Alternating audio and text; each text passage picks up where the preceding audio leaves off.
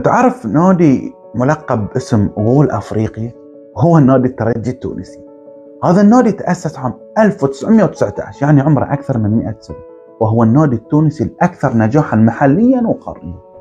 وعلى المستوى العربي فإن الترجي هو أكثر نادي فاز بلقب كأس العرب للأندية الأبطال 3 مرات.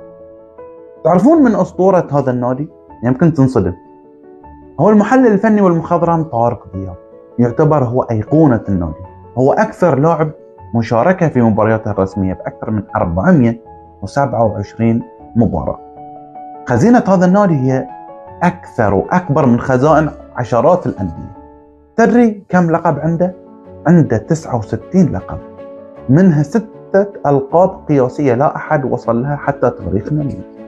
لذلك الترجي عند عشاقه وعند ناس كثيرة نادي صعب توصله.